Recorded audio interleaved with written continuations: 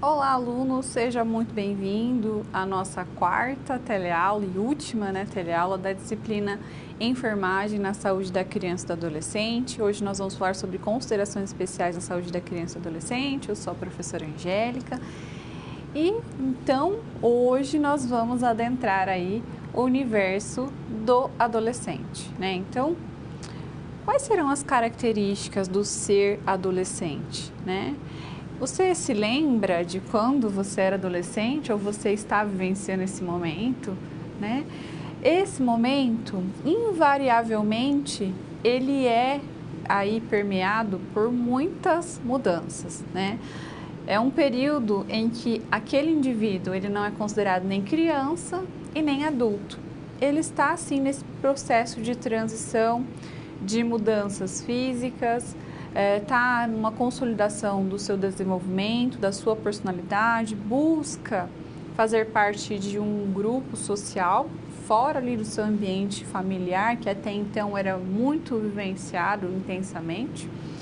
E quando a gente pensa no Brasil, a nível de Brasil, nós temos muitos adolescentes que vivenciam esse período aí, permeado de desigualdade, de pobreza, E tudo isso tem um impacto bastante grande que o profissional de saúde tem que ter conhecimento e tem que realizar uma abordagem adequada junto a essa pessoa que está já vulnerável no seu processo de transição e fica ainda mais suscetível a alguns eventos aí que podem acontecer nesse período, e é isso que a gente vai comentar na aula de hoje, no que tange aí a saúde do adolescente.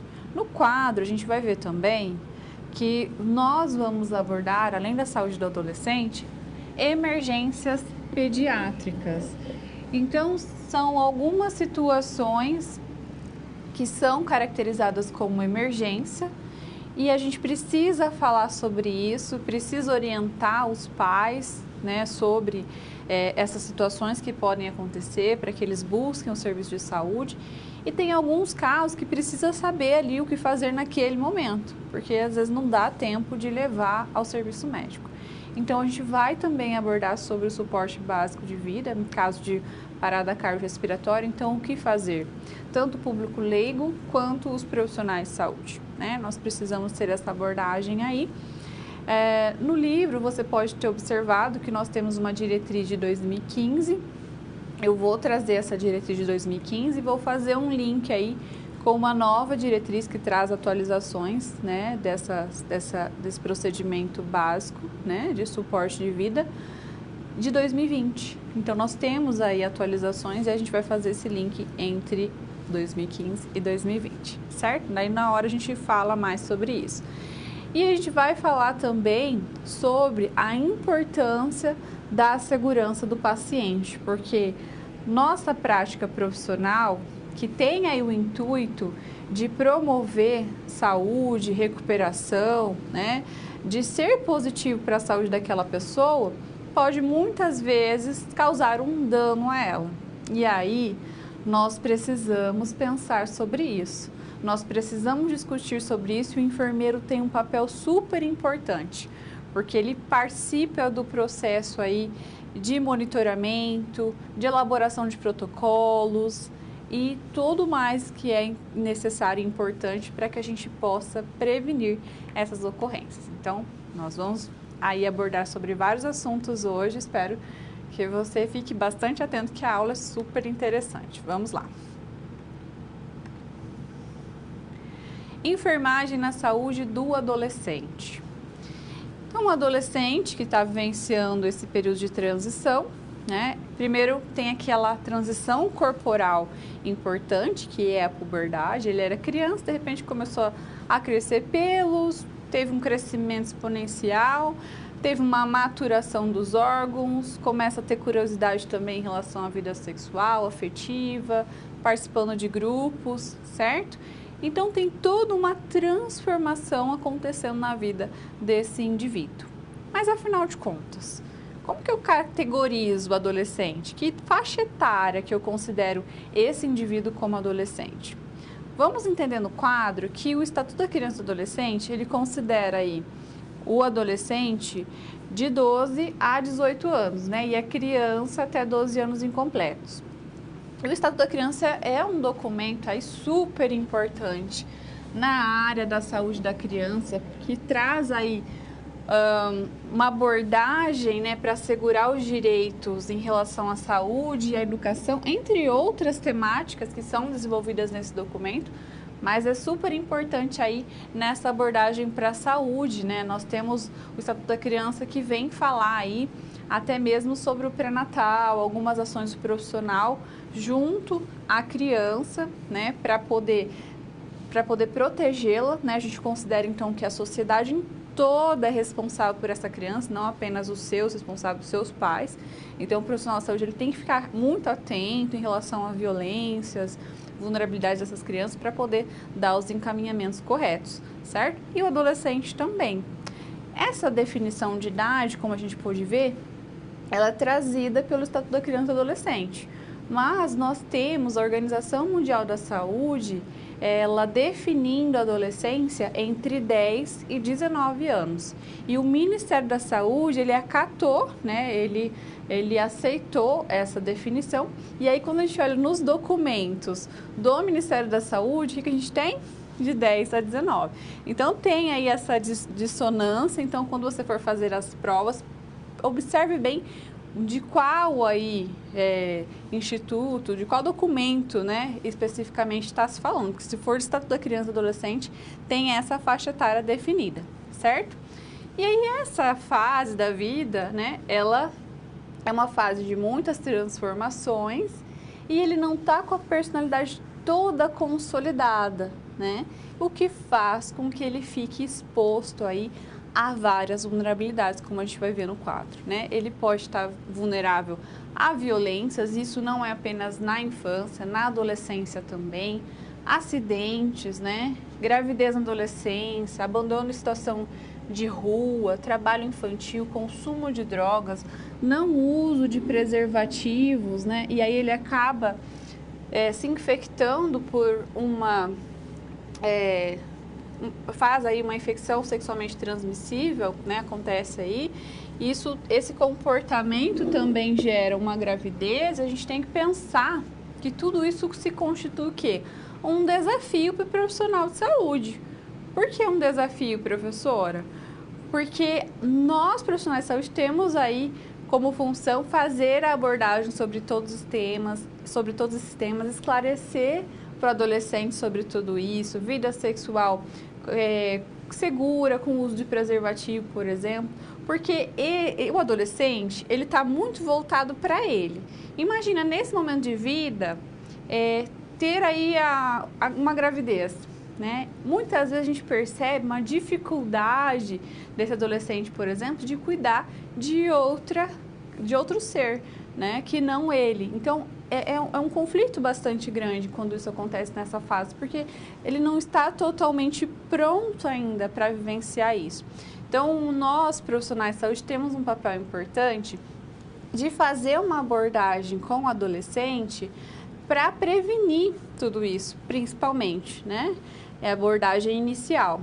E um local em que a gente encontra muito adolescente é na escola.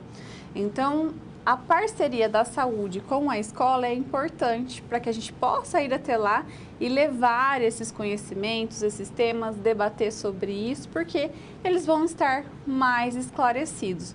Porque vamos pensar, eles estão sim muito na internet, né? Acessam aí várias informações, mas nem todas as informações que estão ali presentes são de fato fidedignas e confiáveis, não é verdade? E o adolescente tem mais um X aí, né? Ele não gosta de procurar serviço de saúde. Por isso que eu falei que é importante fazer essa interação com a educação, né? Ele não procura serviço de saúde.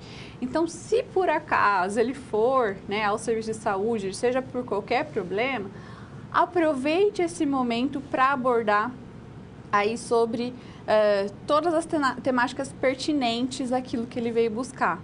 Aproveite esse momento de fato para entender o contexto de vida do adolescente e poder ajudá-lo no enfrentamento das questões que ele está vivenciando, certo? Porque a gente vai ver agora como que ele se comporta, né, quando a gente tem uma abordagem do profissional e o adolescente. Vamos ver no quadro, né? Eles aí podem cooperar, né, mas também podem agir com hostilidade e raiva, né?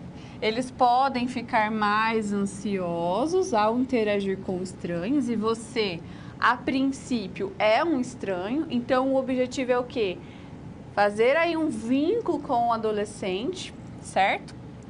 Eles demonstram simpatia para pessoas que têm aí um interesse genuíno por eles, mas também antipatia para aqueles que tentam impor os seus valores, né, para o adolescente, quando não respeita quando eles falam, né, quando quer dar lição de moral, enfim, eles não gostam desse tipo de comportamento. Então, a gente, como profissional de saúde, não vai tratá-los dessa forma. Então, o importante é o quê? O objetivo aqui dessa interação com o adolescente é coletar dados. Coletar dados para que você possa ser esse apoiador e criar um vínculo com ele, certo? Então, é importante ter um canal de comunicação, onde você pergunta, respeita o que ele fala, e há essa troca, certo? Então, o profissional ele tem que fornecer apoio, tem que ser atencioso, tentar não interromper quando o adolescente está falando, né? E evitar comentários, expressões. A gente fala muito com as expressões, né? A comunicação não verbal. Então, se atentar a isso, procurar aí não denotar surpresa, desaprovação, ou mesmo perguntas embaraçosas, ou dar conselhos, né? Principalmente numa abordagem inicial, é importante fazer aí uma ponte justamente de confiança, né? De apoio, para que você possa ser esse canal aí para o adolescente. E nesse momento de vida, seja na infância ou mesmo na adolescência, a gente pode acontecer uma situação que se chama bullying. Vocês já ouviram falar? É uma expressão que ficou aí bastante difundida e as pessoas, elas às vezes confundem um pouco essa definição do que é o bullying. Vamos ver então no quadro o que é de fato o bullying, né? O termo bullying, ele significa aí valentão, certo? Então, é um tratamento aí por conta de intimidação, um abuso sistemático, certo? É um comportamento que é caracterizado aí agressivo, mas é um agressivo deliberado, ele é maldoso e é persistente. Persistente assim, ó, semanas, meses, anos naquele comportamento inapropriado, certo? E isso pode causar o quê? Prejuízos para a saúde da vítima. O adolescente, né, ele pode aí sofrer sequelas até mesmo para a sua vida adulta, quando ele vivencia isso, ou mesmo na infância, né? Então, atitudes de violência, seja ela física ou psicológica, intencional e frequente, sem que tenha uma motivação específica, sem que tenha algo que se justifique para aquele comportamento, no qual a vítima, então, ela não tem condições de se defender, né? Então, é importante também os profissionais da saúde levarem esse tema junto aos adolescentes para discutir sobre isso. A atenção básica ela tem um papel bastante importante nessa interação com o adolescente e essa abordagem na escola também, né? E esses temas devem ser levantados, são super importantes. Infecções sexualmente transmissíveis. É importante sempre abordar sobre as infecções sexualmente transmissíveis junto aos adolescentes.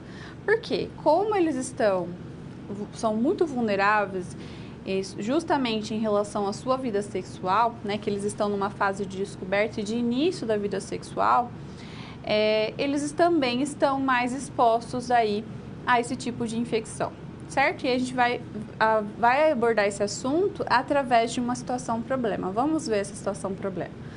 O seu grupo de estágio foi convidado para ministrar uma palestra na Escola Estadual próxima à faculdade, né, sobre educação sexual. E durante a palestra, um adolescente escreve em um papel a seguinte dúvida: sexo oral pega doença?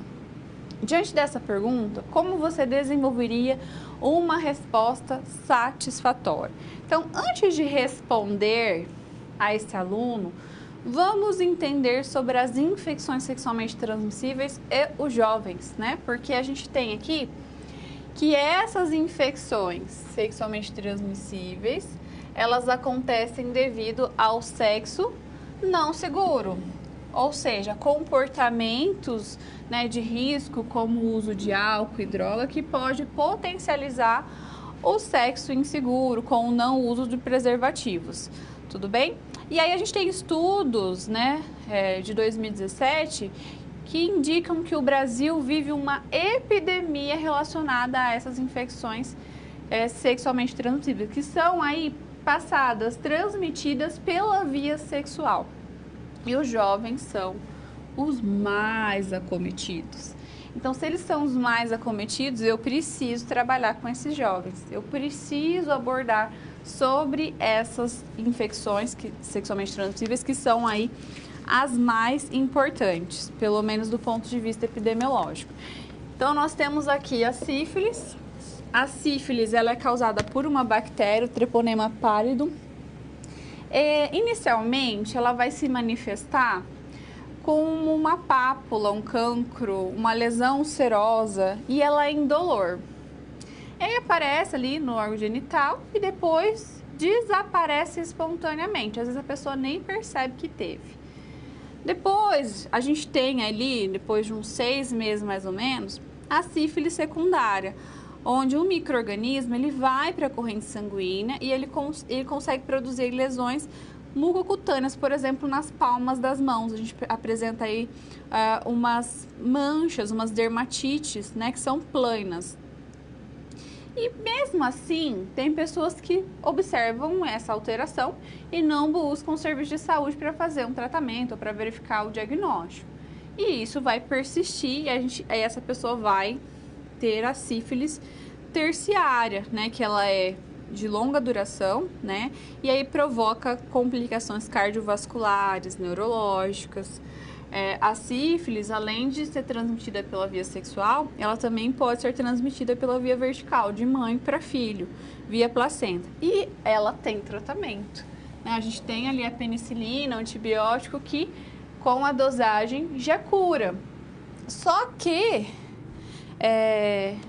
isso tem que ser o mais precoce possível, né? Ainda mais se for uma gestante, por exemplo.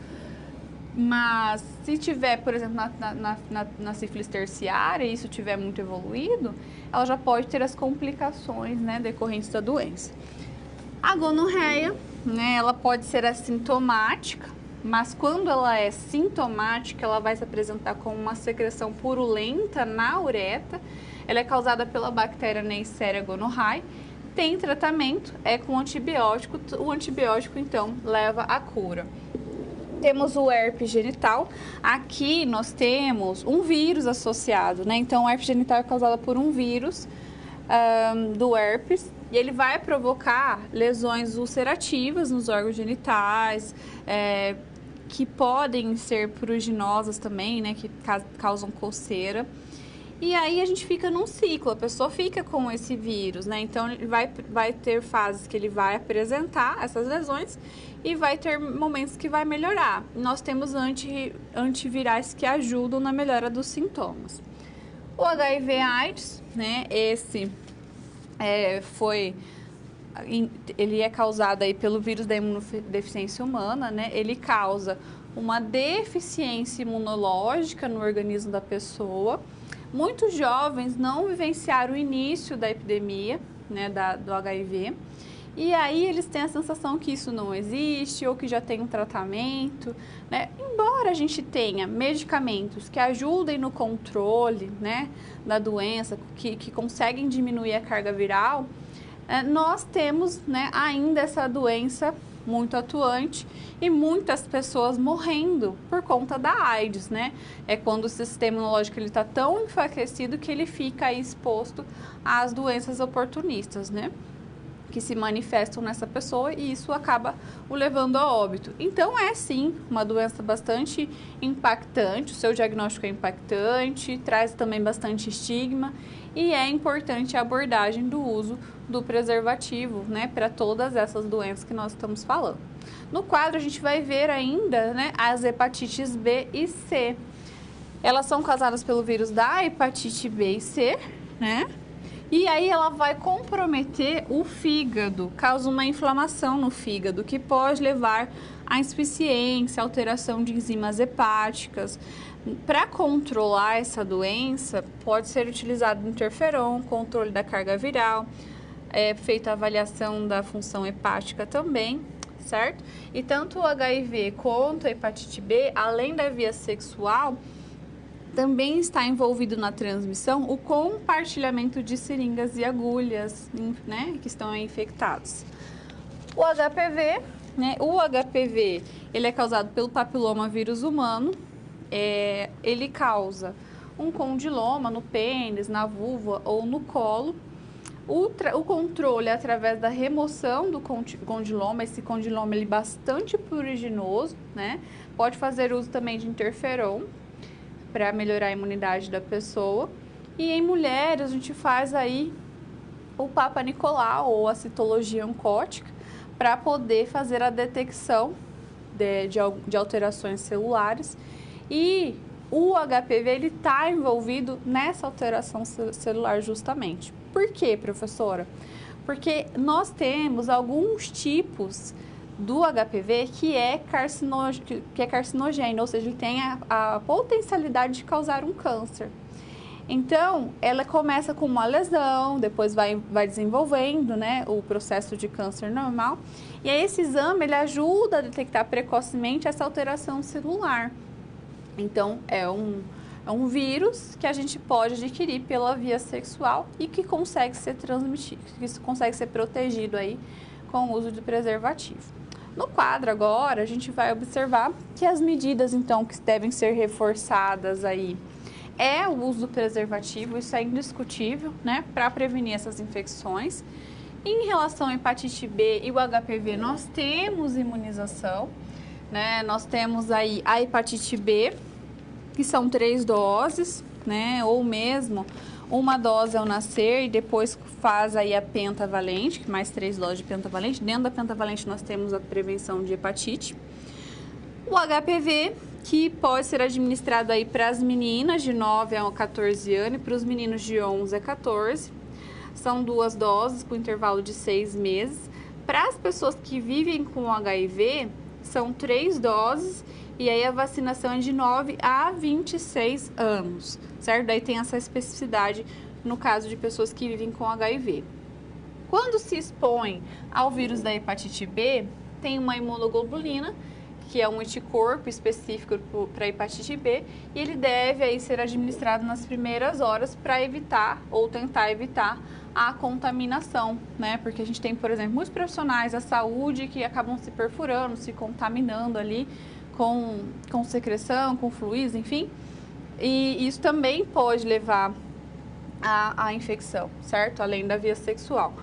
A exposição ao HIV, nós temos também uma profilaxia pós-exposição. São medicamentos aí que impedem a infecção.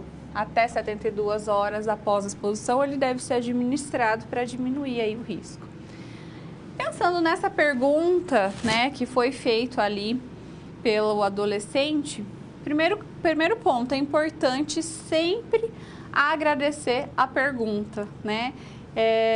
Reforçar que aquela questão é importante, é relevante, porque daí ele vai se sentir mais confiante para fazer novas perguntas que ele possa ter, né? Novos questionamentos aí. E aí a abordagem, ela deve ser clara, deve ser acessível, deve ser numa linguagem simples, que tenha o alcance de entendimento por parte desse adolescente, certo? E aí a gente vai falar para eles que sim, né, que o sexo oral também pode aí transmitir doenças, certo? E por quê, professora? Porque eu tenho mucosa na boca, assim como na região genital. Então, se for fazer sexo oral, tem que ter essa abordagem aí de prevenção também com o uso de preservativos, certo? Então, tem que ser uma linguagem bastante simples, né? Bastante próxima. Você percebe, quando você vai fazer esses movimentos de educação e saúde junto ao adolescente em escolas, por exemplo, eles têm muitas dúvidas, né? Então, não queira achar que a internet ela esclarece todas as dúvidas, não esclarece. O profissional ele tem esse papel super importante, o enfermeiro também, de realmente levar aí todas as informações para o adolescente. Enfermagem em emergência pediátrica. O que será que caracteriza uma emergência? Né? Nós temos aí algumas situações na área da pediatria que caracterizam uma emergência, né? E aí a gente precisa orientar para que os pais responsáveis fiquem atentos para dar um segmento para o hospital de forma rápida. E nós também temos toda a nossa assistência de enfermagem para fazer em relação a isso. Vamos entender no quadro, a princípio, o que é emergência, né? Então, nós temos aí que são situações de risco que ameaçam a vida, né? Que exige, então, uma assistência imediata, né? Tem que ser rápido no raciocínio, tem que ser ágil, certo? Para evitar, então, complicações e óbito. É quando nós pensamos no atendimento pré-hospitalar, que é aquele atendimento que pode ser feito por profissionais também, pela população leiga, né? Mas eu não estou dentro do hospital com todo o aparato e recurso, né? Então é importante, né, nesse atendimento pré-hospitalar, manter a calma, tomar decisões seguras, ou seja, não tentar ser o herói. Eu vou salvar, eu vou dar conta dessa situação. Aí foi um acidente, você foi salvar a pessoa, vem um carro e te atropela. Não dá, né? Então você primeiro calma, seja prudente, certo? Avalie primeiro a cena, certifique se está seguro para realizar o atendimento, sinalize, né, o local. Não permita que outras pessoas também se tornem vítimas, né? Solicite ajuda. Isso é super importante, porque você não vai dar conta de dar aí todo o suporte para aquela pessoa. Você vai dar o suporte inicial. Então, é importantíssimo solicitar ajuda. E o grande objetivo aqui é estabilizar o quadro agudo para evitar as complicações como a hipoxemia e mesmo o óbito. Nós temos dentro das emergências respiratórias, né, na parte de pediatria, na área da pediatria, a asma e a bronquiolite. A asma, ela é uma doença inflamatória caracterizada pela obstrução das vias aéreas. A criança evolui rapidamente para insuficiência respiratória. O que quer dizer isso, professora? Ela não consegue respirar, certo? E a bronquiolite, ela comete aí muito frequentemente lactentes neonatos e é uma infecção das vias aéreas causada pelo vírus sincicial. E também ela evolui rapidamente para insuficiência, certo? No caso da bronquiolite, em muitos casos deve ser encaminhada até mesmo para UTI neonatal. E no caso da asma, nós temos que fazer todo o suporte possível no quadro agudo para tentar evitar que ela venha a fazer aí uma intubação orotraqueal. Por quê, professor? Porque o tubo ele vai se comportar como um corpo estranho e aí vai aumentar o processo inflamatório e vai dificultar a extubação da criança, certo? E além disso, o risco de infecção. Então, mas a gente viu que cursando com insuficiência, muitas vezes a gente vai ter sim que intubar essa criança, né? Numa UTI pediátrica ou numa UTI neonatal, dependendo da idade dela. E a enfermagem tem importante papel aí para fornecer oxigênio, fazer punção de acesso venoso periférico, administrar as medicações, monitorar rigorosamente os sinais vitais, prestando atenção ao padrão respiratório dessa criança e à saturação de oxigênio também. E orientar os pais, então, para encaminharem rapidamente essa criança para o serviço médico, né, para o serviço hospitalar. Para o serviço de saúde, na verdade, né? Emergências neurológicas também podemos ter, né? Como a convulsão. O que é convulsão? É uma desordem neurológica, certo? Que ela é caracterizada aí por uma atividade motora involuntária. E aí ela pode ser causada por infecções, mas quando a pessoa tem uma febre muito alta, traumatismo, asfixia perinatal também pode levar à convulsão. O tratamento, o objetivo dele é tirar a criança desse quadro convulsivo. E aí a gente usa alguns medicamentos como fenobarbital e fenitoína. E aí, na abordagem com a criança, é importante sempre orientar os pais responsáveis, os profissionais também saberem que a gente deve proteger essa criança que está lá com movimentos involuntários. Então, segura a cabeça da criança, lateraliza essa cabeça e afasta, né, todos os móveis ou objetos que possam aí causar algum acidente, lesões, enfim, certo? Afrouxe a roupa dela, né, para que ela consiga respirar melhor. E no caso dos profissionais de saúde também, eles vão verificar os sinais vitais, vão administrar esses anticonvulsivantes que eu falei, né, conforme a prescrição médica, e observar aí a resposta, né, dessa criança ao tratamento. Nós temos também emergências e quedas. Então, aqui, quando a gente tem uma criança que sofreu uma queda, que ela bateu aí, por exemplo, a cabeça, certo? A gente precisa observar a ocasião da queda, a cinemática quer dizer o que? A cena, o estado de consciência dessa criança. Como que eu vou ver o estado de consciência? Como que eu vou avaliar isso? Através da escala de Glasgow. E quando a gente pensa na escala de Glasgow, ela é diferente para a criança, né? Por quê? Porque a criança, dependendo da fase dela, ela não vai falar, né? Da idade, ela não vai falar. Então, por exemplo, a melhor resposta verbal, se ela tiver palavras apropriadas, riso social, olhar fixo, que segue objetos, é 5, né? A gente vai pontuando aí a escala de Glasgow. Irritado, 4, chora de dor, 3, geme de dor, 2, nenhuma resposta, 1. Daí nós temos a resposta motora, né? Move-se espontaneamente, intencionalmente, 6. Movimento de retirada em resposta ao toque, 5. Movimento de retirada em resposta à dor, 4. Quando ela apresenta aquela postura de flexão anormal, né, decorticada em resposta à dor, 3, e quando é uma resposta aí, uma postura de descelebrada, né, uma extensão então anormal, é 2 e nenhuma resposta é 1. E a gente vai avaliar também a resposta ocular, espontânea 4, em resposta à fala 3, em resposta à dor 2 e nenhuma resposta 1. E aí soma tudo, a gente vai avaliar que tipo de traumatismo que ela pode ter, né, através aí dessa escala de Glasgow. Se for entre 13 e 15, nessa somatória, vai ser leve, 10 e 12 moderado e 3 e 9 grave, certo? É importante também associar com outros exames de imagem, como radiografia, tomografia, para avaliar melhor. E aí a gente tem importância também, né, a assistência de enfermagem, ela tem importante papel também para monitorar os sinais vitais, aplicar a escala de dor, administrar as medicações que são prescritas, fazer todo o monitoramento dessa criança. Em relação às emergências e queimaduras, são lesões aí desencadeadas por um agente que pode ser físico, térmico ou químico, né?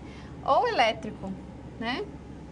Então, a gente tem um agente físico que pode ser térmico, químico ou elétrico. Professora, então quer dizer que uma tomada, né, a criança vai lá, tira da tomada e coloca o dedinho lá na tomada, pode levar um choque. Então, por conta disso, ela pode ter uma queimadura? Pode ter uma queimadura por conta disso, certo? Então, é importante orientar, né, os pais, os responsáveis, para afastarem ou cuidarem, né, para que protejam antes da ocorrência. Mas, se acontecer queimadura, é importante aí respirar o local com água fria, né? Não é recomendado gelo, porque o gelo queima. Em situações mais graves, afrouxar a roupa, porque vai cursar com edema. Usar compressas úmidas para resfriar a região. Se foi decorrente de um agente químico, lavar o local com água abundante, né? Se for por conta de algo elétrico, interromper a fonte de corrente elétrica e ela pode cursar com parada cardiorrespiratória. E é importante iniciar o suporte básico de vida. E a assistente de enfermagem tem todo um papel, né, de garantir a integridade da pele, a volemia, então vai funcionar para instalar esses líquidos, né? Então, em 2 acessos periféricos para acontecer essa infusão de líquidos e também é responsável pelos curativos. Em relação à emergência hemorrágicas, Nós temos aí lesões que podem ser interna ou externa, né? Então, quando ela é interna, eu não visualizo, né, a perda de sangue, e quando é externa eu consigo visualizar. E o grande objetivo aqui é promover a homeostasia. Deixa eu apagar aqui. Homeostasia, tá? Então, sempre se atentar, né? Se for uma pessoa que estiver na rua, enfim, não tem luva, pega um plástico, não vai tocar diretamente no sangue dessa pessoa, certo? Primeiro a sua proteção. Pressione daí o local com pano limpo ou compressa e encaminhe para o serviço de emergência. E assistência de enfermagem? Nós temos aqui o grande objetivo do quê? De evitar ou de observar os sinais de choque hipovolêmico. O que quer dizer isso? Ela está perdendo sangue, está diminuindo o volume de líquido circulante no organismo dela, concorda comigo? E aí ela pode entrar em choque. Eu preciso então avaliar esses sinais: pele fria, pegajosa, sudorese, palidez cutânea, ansiedade, náusea, vômito, taquipneia, taquicardia, pulso fraco e rápido, hipotensão. São clássicos, né, de choque hipovolêmico. E aí, antes, avaliar os sinais e realizar a punção venosa, né, porque a gente também vai ter que fazer, nesse caso, infusão de volume para poder aí repor todo esse líquido que ela está perdendo através da hemorragia, né, de acordo aí com a prescrição médica. Prevenção de acidentes na infância.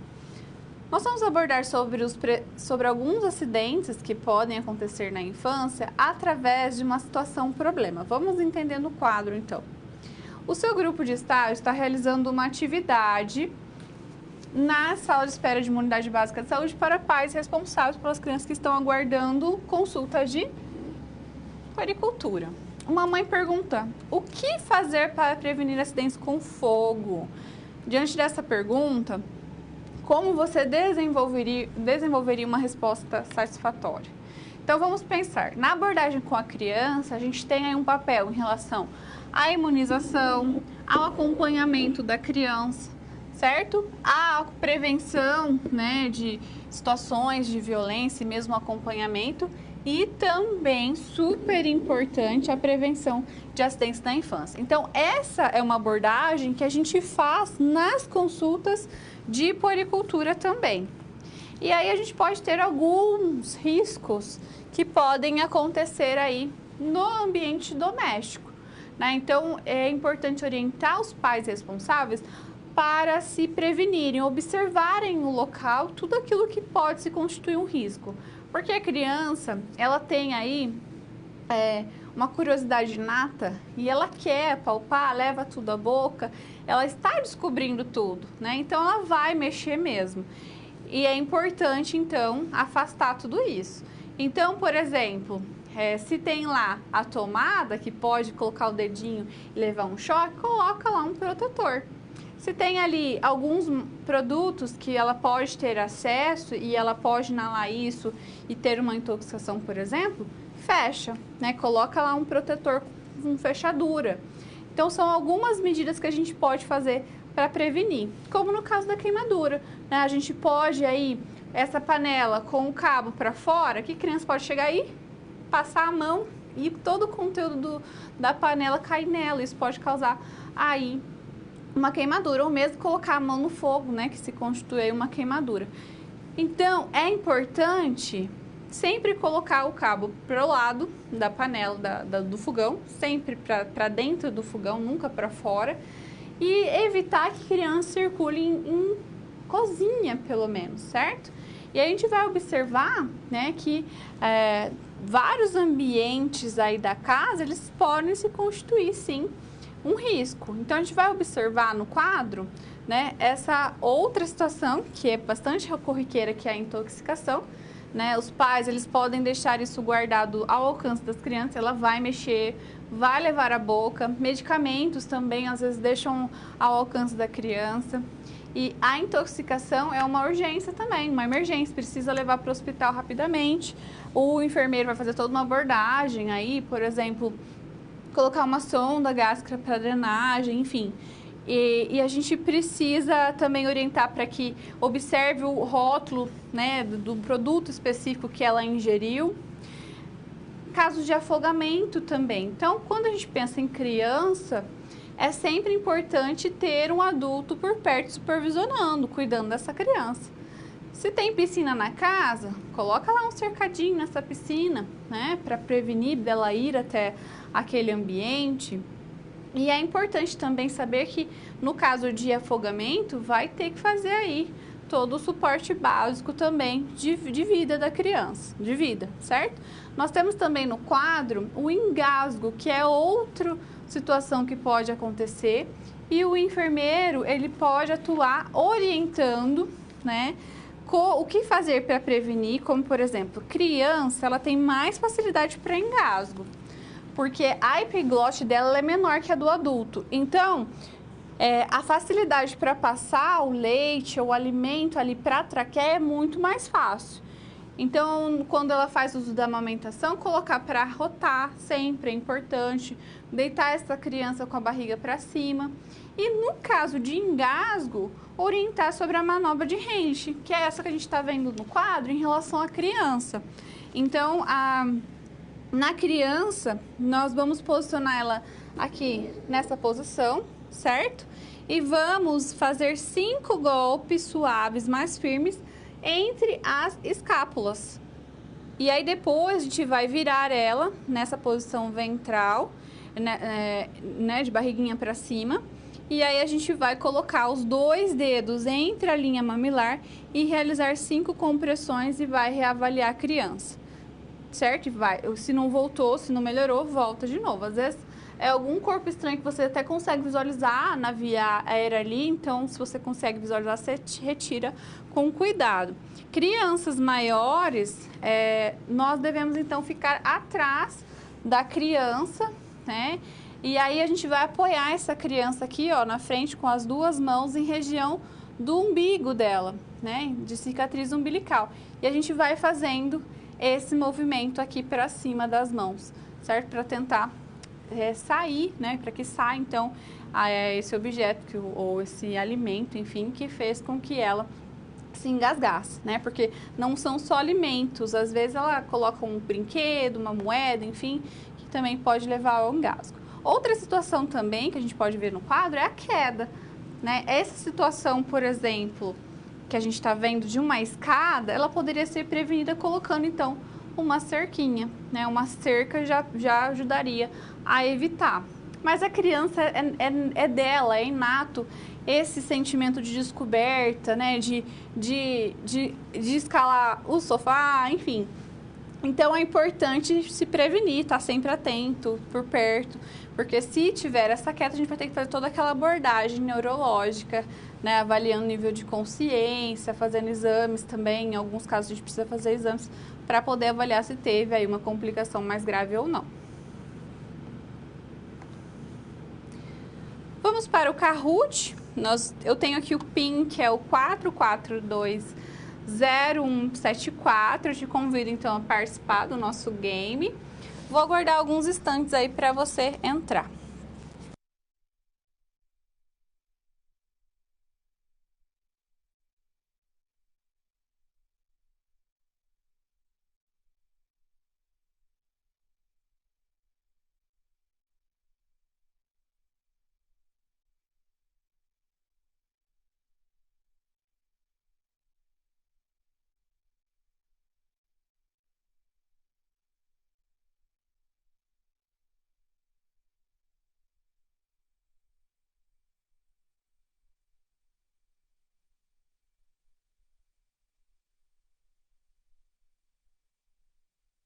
Então, nosso game.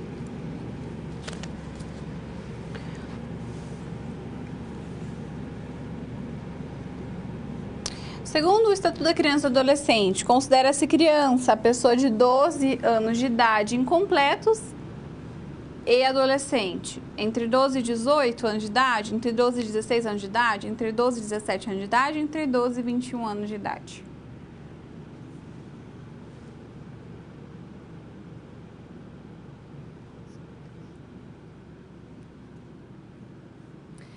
Entre 12 e 18 anos, tá? Então, vamos nos atentar aqui que ele está perguntando de acordo com o Estatuto da Criança e Adolescente. Embora eu nem tenha colocado alguma que era para você se confundir, não, tá? Que o Ministério da Saúde, ele fala que é entre 10 e 19, né?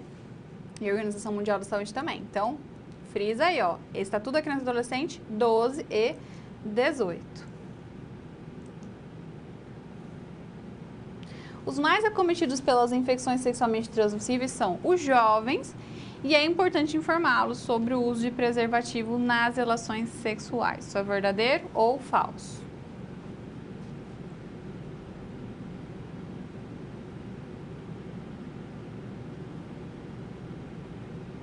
É verdadeiro, né? Então é importante fazer essa abordagem, que ele utilize preservativo em todas as relações sexuais, seja com parceiro fixo ou parceiro eventual. E o preservativo, ele pode ser disponibilizado gratuitamente, ele é disponibilizado gratuitamente na unidade básica de saúde. Em caso de queimadura, aplicar creme dental e gelo. É verdadeiro ou falso?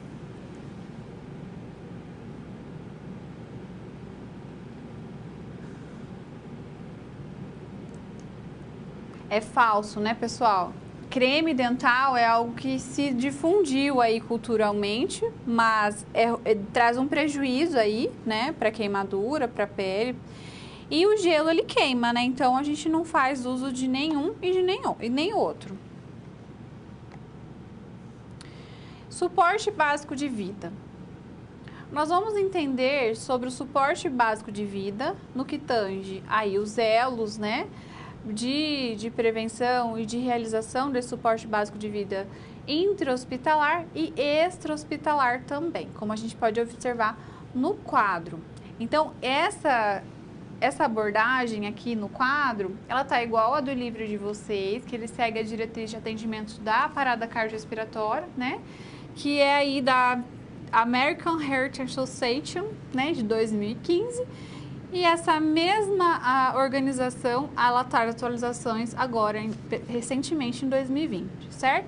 Então, esse suporte básico de vida é realizar o primeiro atendimento o mais precoce possível para melhorar a sobrevida aí da pessoa e minimizar as sequelas, certo? Porque se eu tenho parada cardiorrespiratória, eu tenho uma parada aí do fluxo sanguíneo, né? E isso, né, se eu não tenho essa irrigação, por exemplo, no cérebro, eu vou ter perda, morte celular, né, que pode levar à morte de neurônios, por exemplo, certo? Então, quando a gente pensa nessa diretriz de 2015, ele tem aqui 5 elos, né? A vigilância e prevenção, o reconhecimento, né, e acionamento do serviço médico de emergência, a ressuscitação cardiopulmonar, então a massagem, né, imediata, que seja de alta qualidade, rápida desfibrilação, suporte avançado de vida e cuidados pós-parada cardiorrespiratória. Isso intra-hospitalar, certo? E aí, quando a gente pensa nessa atualização, o que eles fizeram? Eles colocaram mais um elo aqui.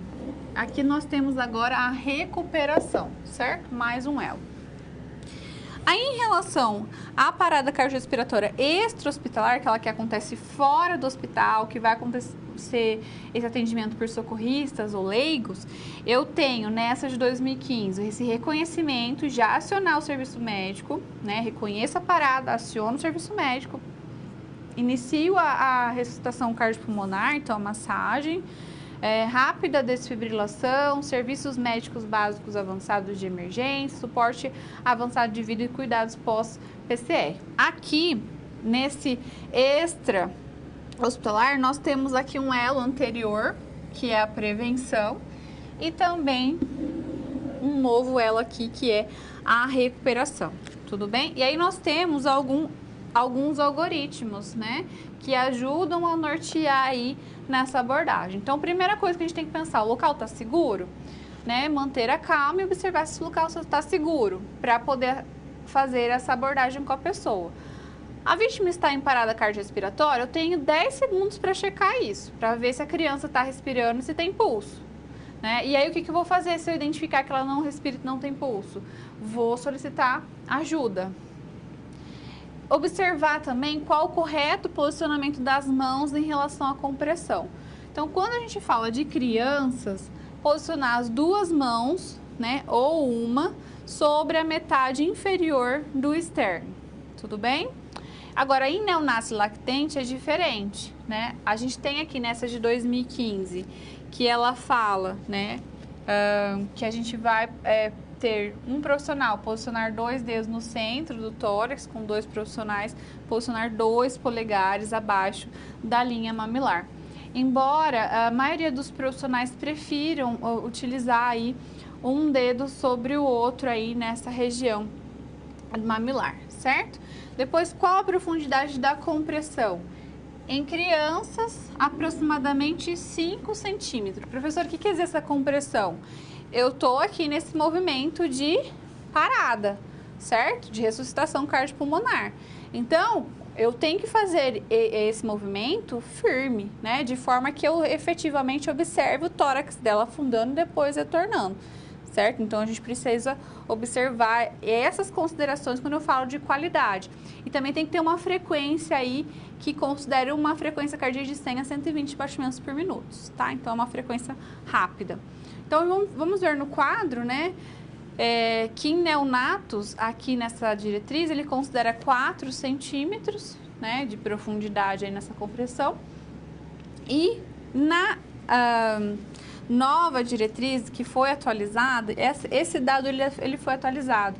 Então, eles falam que é para comprimir com força, né, para poder aí ter uma compressão de 1/3 pelo menos do diâmetro torácico antero-posterior, né? E essa rapidez continua aí de 100 a 120 batimentos por minuto e aguardar o retorno total do tórax para poder fazer a compressão novamente. Daí aqui, nessa diretriz de 2015, ela considera quantos profissionais, 30 compressões em uma ventilação se for um profissional, 2 profissionais, 15 compressões em uma ventilação.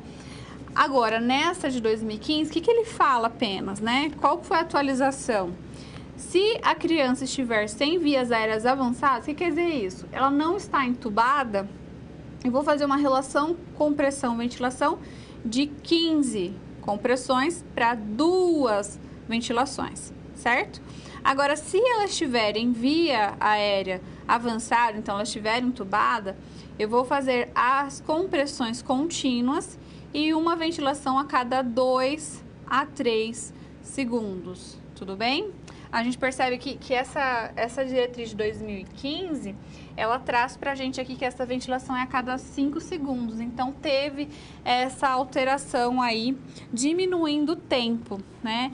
E em relação ao desfibrilador, nós geralmente não utilizamos muito o desfibrilador aí nas paradas, né, cardiorrespiratórias infantis, porque o desfibrilador ele tem o objetivo de fazer o quê? De tentar coordenar os impulsos elétricos do coração. Então, é muito relacionado aí a uma disfunção cardíaca mesmo. Agora, a criança nem sempre tem essa relação. Nós temos a parada acontecendo muito frequentemente por conta de um problema respiratório, né? Então, não um problema cardíaco diretamente. Então, nem sempre vai ser utilizado e nós temos algumas drogas também que podem ser utilizadas no ambiente hospitalar, como, por exemplo, a epinefrina.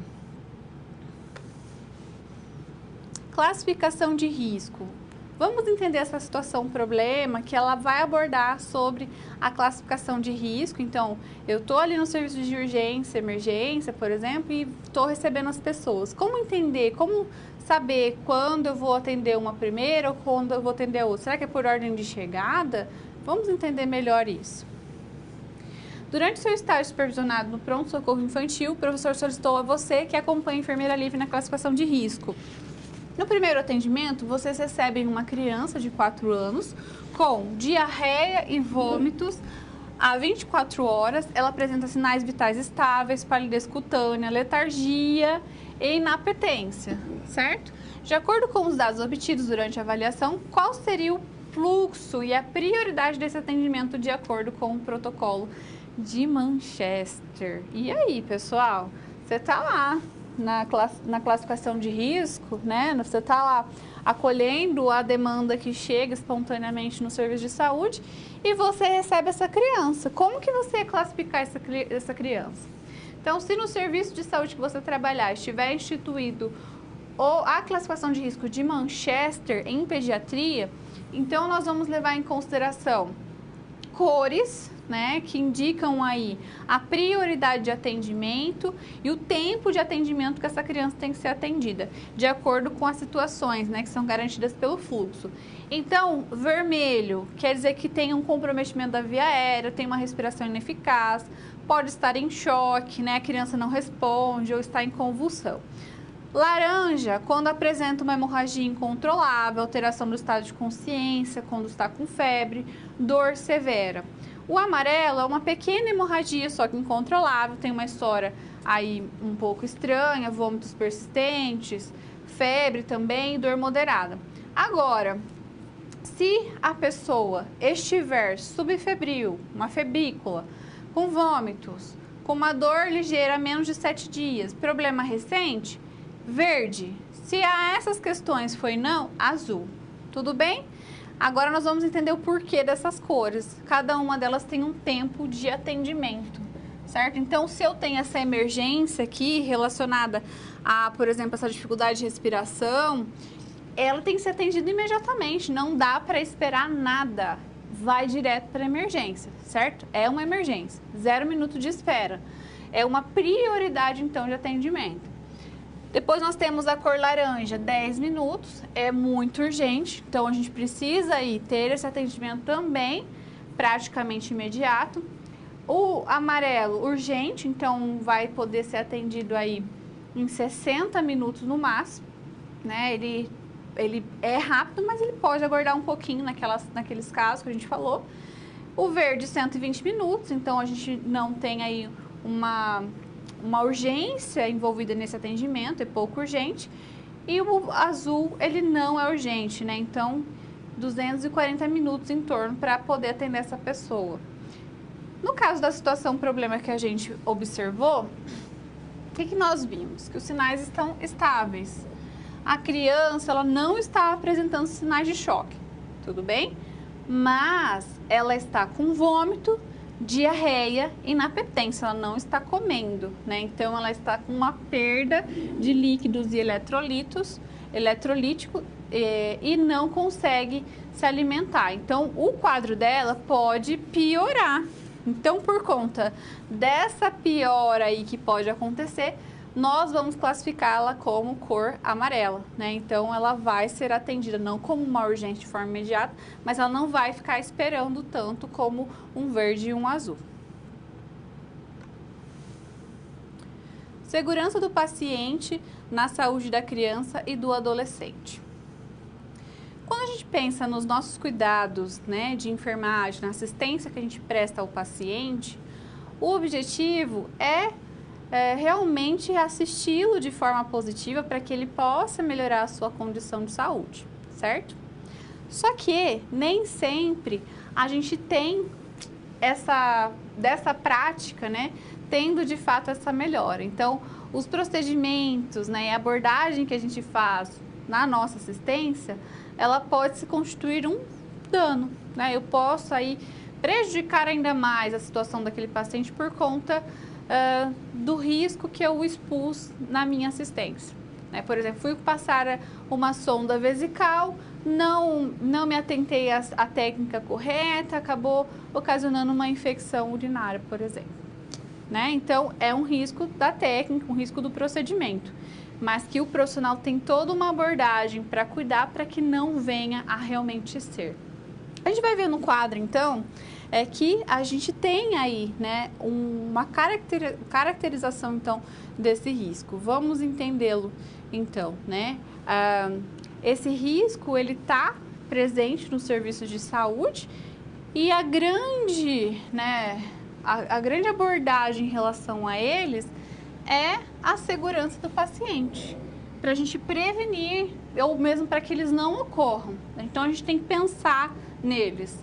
Então, a segurança do paciente, ela vem com o objetivo de reduzir, no mínimo aceitável aí, o risco de dano desnecessário relacionado, então, à assistência à saúde. Então, qual que é o objetivo de segurança do paciente? Reduzir aí o risco de dano, né, que pode acontecer por conta da nossa assistência.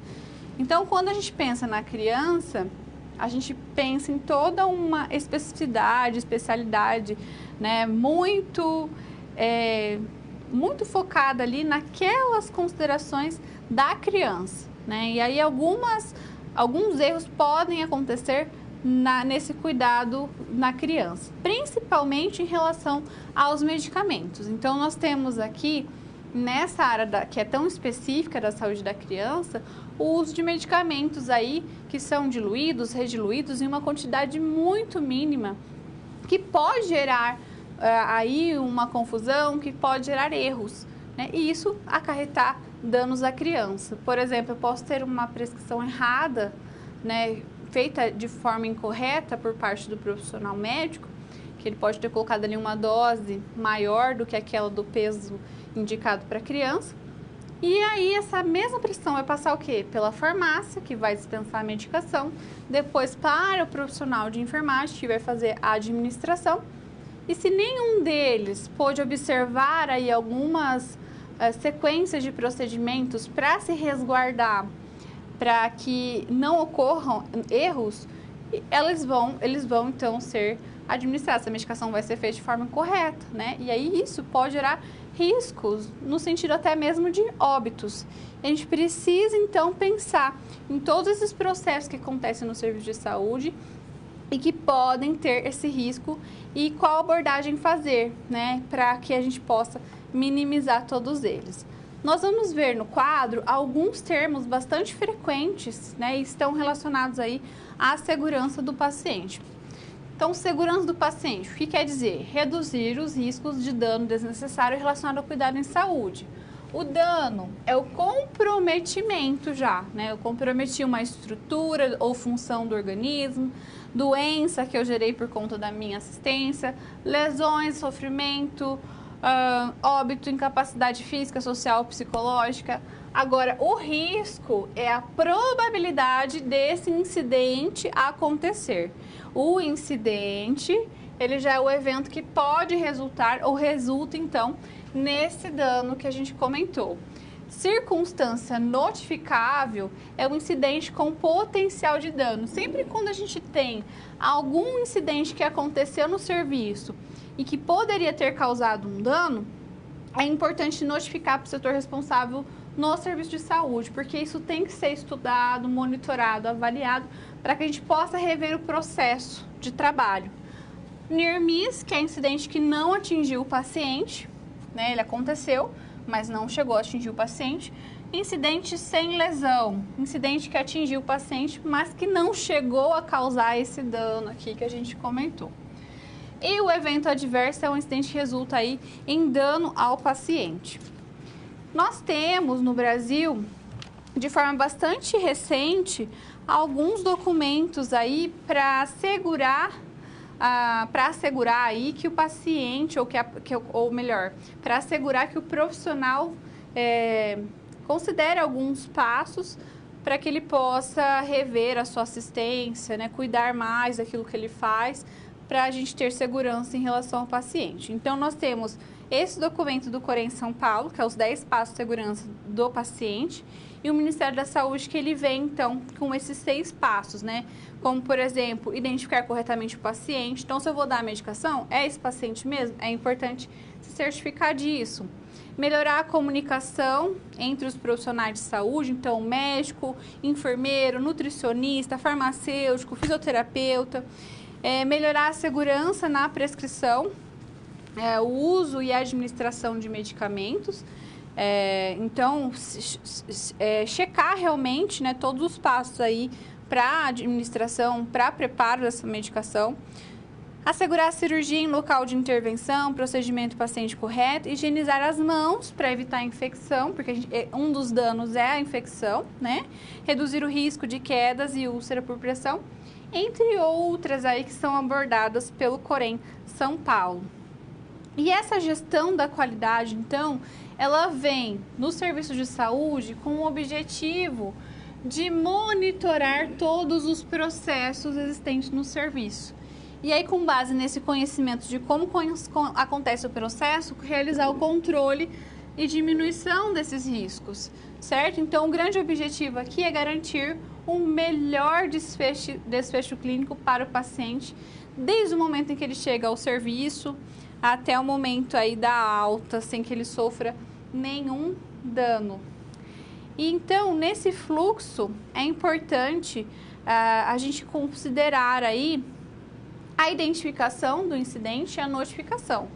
Então, lembra que eu falei que sempre quando acontecer um problema ou um incidente mesmo que não causou de fato um dano, é importante que o profissional tenha aí uma postura de notificar isso. E a partir dessa notificação, que vai ser encaminhada para o serviço do setor responsável, vamos selecionar uma equipe para realizar a análise dessa causa, né? Investigar, então, a descrição do evento, elementos relacionados a esses fatores. Então, de fato, vamos entender a causa desse problema, desse incidente. E, então, com base nessas informações, vai ser possível elaborar um plano, né, e seleção da equipe que irá implementar as estratégias. Então, a gente pode mudar, por exemplo, todo o processo de trabalho por conta desse incidente que aconteceu, que foi notificado.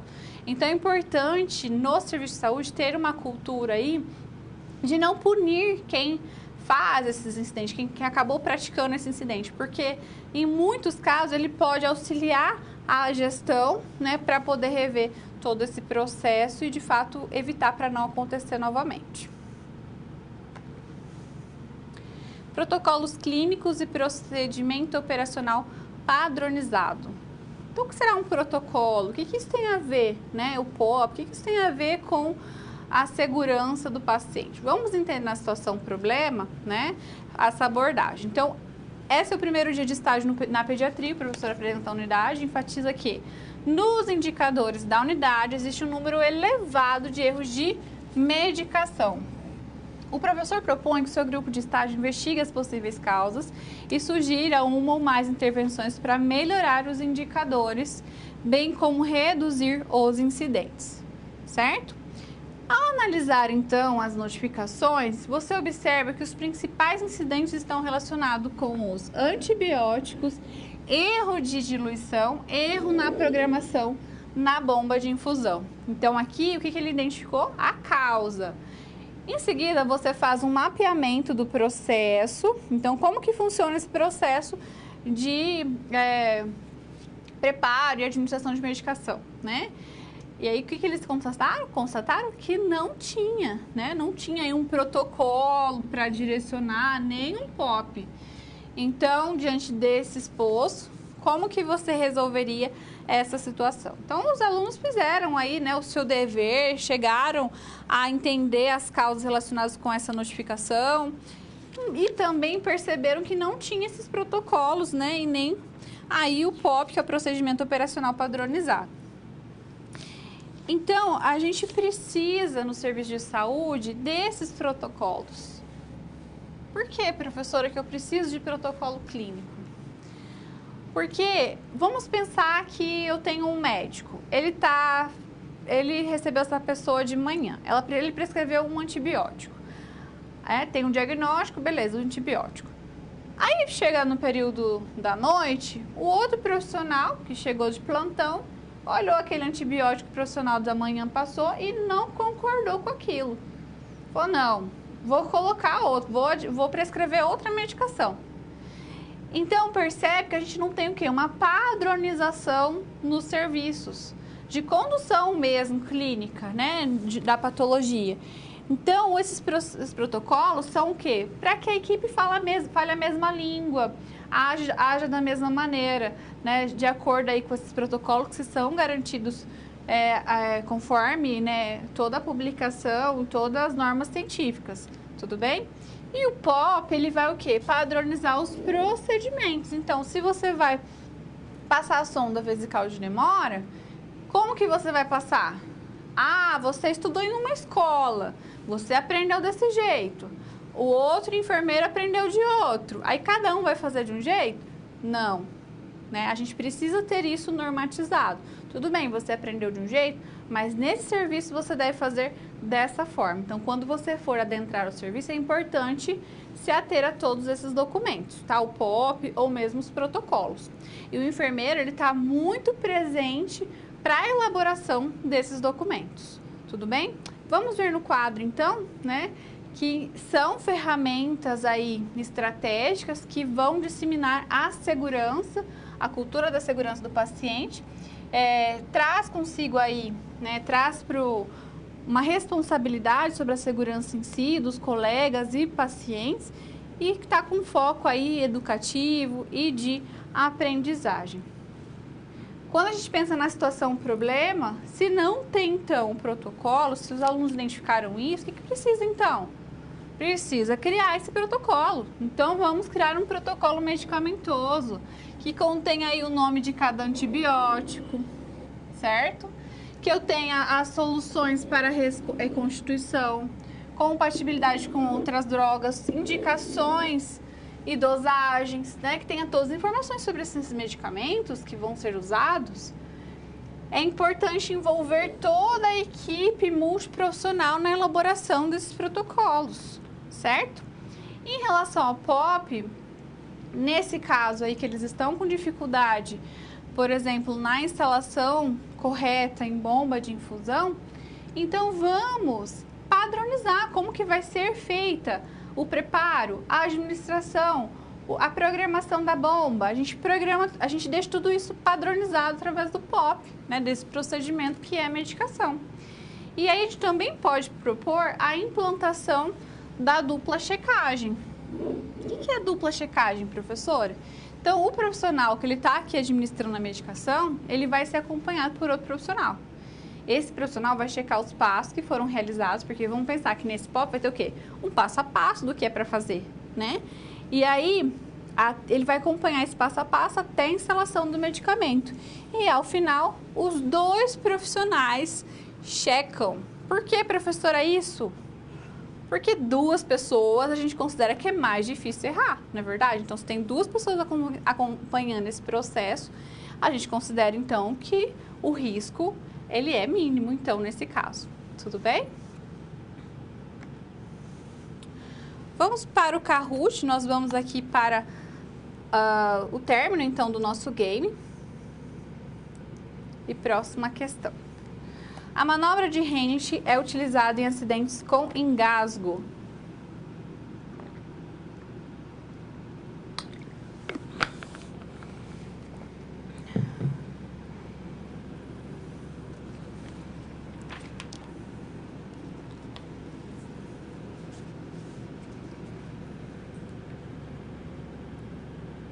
É verdadeiro, né?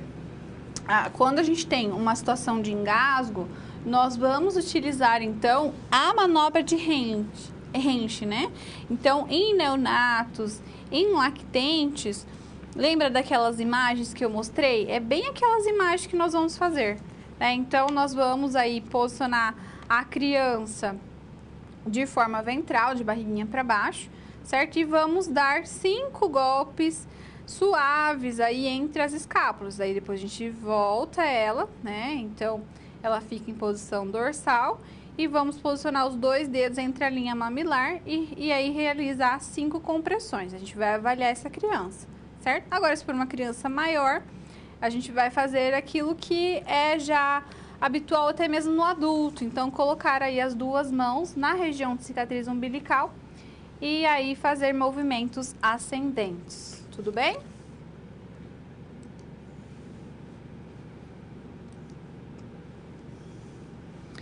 Classificação de risco de Manchester. Avalia a gravidade e atribui cores para indicar a prioridade e risco de atendimento.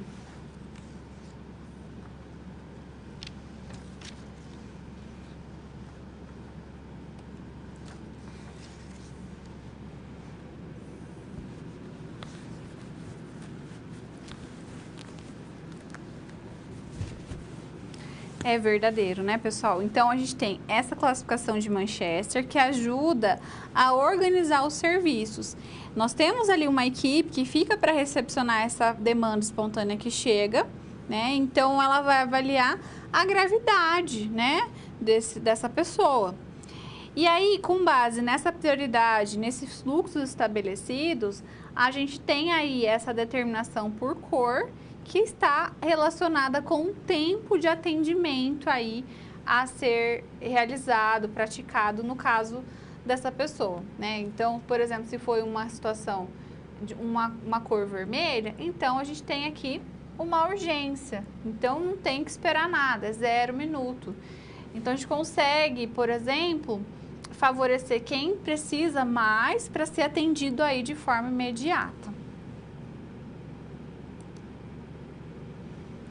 Entre os termos utilizados em segurança do paciente, temos o near miss, quer dizer, o incidente que não atingiu o paciente. Será verdadeiro ou falso?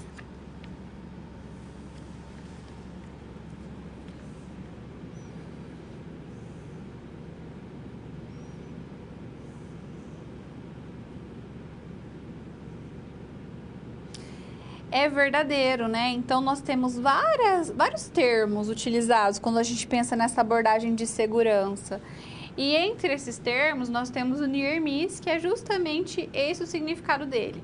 Aconteceu um incidente, mas esse incidente não atingiu o paciente, certo? Então, nesse caso, a gente precisa notificar esse incidente que ocorreu, certo?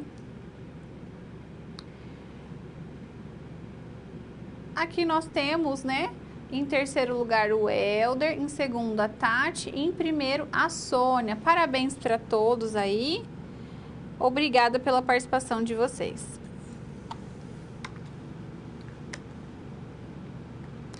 Recapitulando.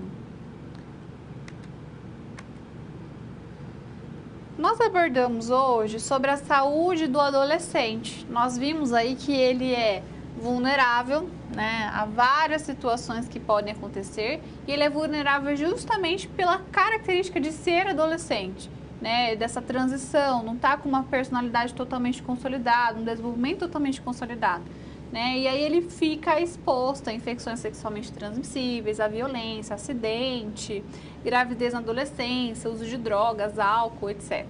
Certo? Então é importante ter uma abordagem específica junto a esse adolescente, considerando todas essas características, e o profissional de enfermagem, ele ter aí um objetivo de apoio, de entendimento dessas situações que ele vivencia, com aí foco em ser um agente de confiança, né? Essa pessoa que é apoio, transmite em confiança, que ele pode acessar quando ele precisar, para poder aí dar todas as orientações de educação e saúde pertinentes para esse momento, tudo bem? Em relação à emergência pediátrica, nós falamos aí sobre algumas emergências que podem acontecer relacionadas a distúrbios, a mesmo doenças, por exemplo, respiratórias, né, neurológicas, por exemplo.